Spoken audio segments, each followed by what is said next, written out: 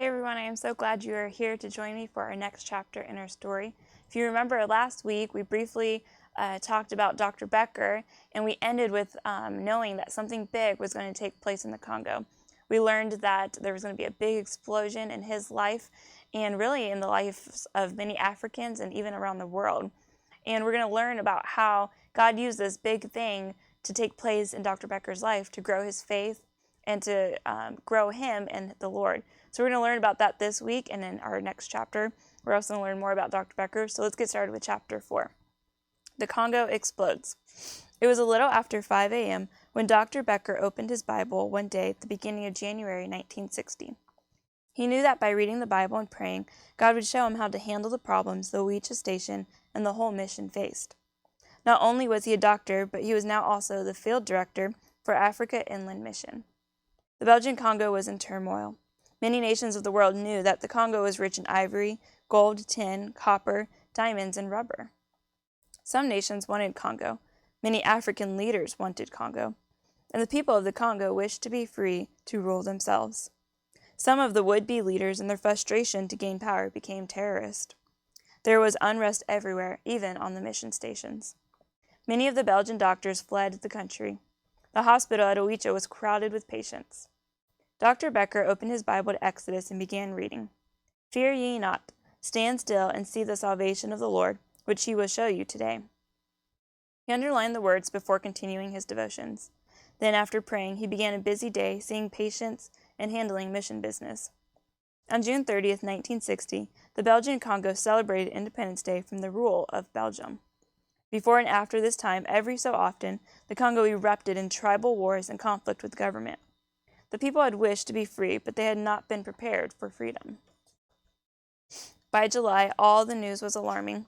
Missionaries at other stations in the Congo had been threatened and harmed. Some had left the country. One morning, Dr. Becker shocked his coworkers by saying, "Be ready to evacuate in 1 hour." Many things hindered their leaving, including an emergency surgery and the delay of messengers bringing news. As field director, the doctor knew he was responsible for the safety of all the missionaries and their families. He also knew the presence of white people in Oicha would endanger his African friends. The evacuation was put off until the next morning. Then Dr. Becker read again the words from Exodus, when God's people were being chased by the enemy. Stand still. God was ordering him, yet how could he? Another day passed with reports of the terrorists getting closer. Dr. Becker finally went to the church at Oicha. The building was filled with 800 Africans. They listened as he spoke. "We feel it is necessary for all missionary personnel to leave Oicha." Yet the words "stand still" wouldn't go away. Late that afternoon, Dr. Becker heard horns honking and crowds shouting. Down the road came a shiny black Cadillac, another car, and a jeep full of soldiers. Were they terrorists? No, they were government officials from the capital. The captain of the army and soldiers had come to protect them. These important men paraded up to the doctor's home. Each made a long speech in French, asked Becker not to leave Oicha, and promised safety for everyone. So the doctor agreed to stay. Then the most important official made a speech to the crowd of people outside. "The hospital at Oicha is under the protection of the Belgian government. The doctor is staying. Munganga, Munganga!" The crowds cheered for joy. Dr. Becker knew the Lord had brought these officials. He heard again the words in his mind, "Stand still." One morning, the nurses discovered they had no aspirin, very little sulfa, and no Lysol. The supplies had been ordered long ago. They wondered if they had fallen into the hands of the terrorist. Dr. Becker called his co-workers together for prayer. "Our Heavenly Father knows what we need before we ask," he said, "but He wants us to ask in faith and trust Him." They worked through the morning, then stopped at noon to unpack these 3 crates marked electric light fixtures. Dr. Becker wanted his operating room and examining rooms to be well lit and bright. "Look at this!" The doctor held up a small box labeled aspirin. There were hundreds more inside. After the 3 crates had been emptied, they counted 50,000 aspirin, 400,000 sulfa pills, and a big steel drum of Lysol. There were no electric light fixtures, but Dr. Becker and the nurses weren't a bit disappointed. Another time, they had no milk for the orphans. After prayer, a truck screeched to a halt outside the hospital. The driver left 30 pounds of powdered milk by the door, jumped into his truck, and drove quickly away. They never learned his name. The Congo's many wars continued in 1961, creeping closer and closer to Oicha. In January, Dr. Becker was reading his Bible one morning when these verses seemed to stand up on the page and wave at him. Hear, O Israel, ye approach this day unto battle against your enemies. Let not your hearts faint, fear not, and do not tremble, neither be ye terrified because of them. For the Lord your God is he that goeth with you to fight for you against your enemies, to save you. Faint, fear, tremble, terrified? The doctor couldn't help but wonder what the new year would bring. What would happen to make them all remember that verse? He soon found out. That very week, terrorists overthrew the Kivu province government and planned to murder all foreigners. The Congo exploded in violence. The American consul in Uganda wanted all missionaries to leave.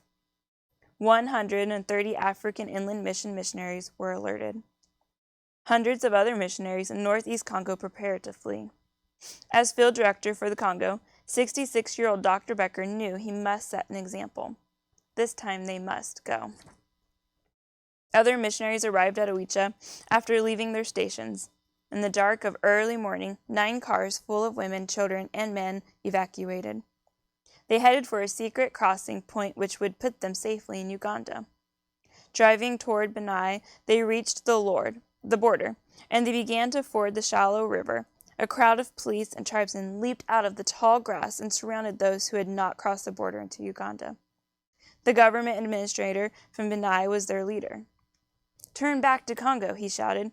"My men are armed and will do whatever I tell them." "I think I'm the one you are looking for," Dr. Becker spoke up. "I'm happy to go back to Oicha, but please allow the others to leave." "We'll stay with you," said Mr. Andrew Ushlinger and his wife, who had been missionaries for many years. "And I'll stay too," added young Dr. Herb Atkinson, who arrived only a few weeks before to assist Dr. Becker. They returned to Oicha, while the others continued on safely to Uganda. One day, as Dr. Becker was busy treating patients in the hospital, he heard the strangest sound outside. Overhead, there was a chugging and fluttering and clacking. People were shouting. The patients ran outdoors and cried, "A big steel bird, Munganga!" A military helicopter had dropped down into Oicha. Quickly, the people jammed around the plane to touch it, to peer inside, to crawl under it. They smiled at the pilot.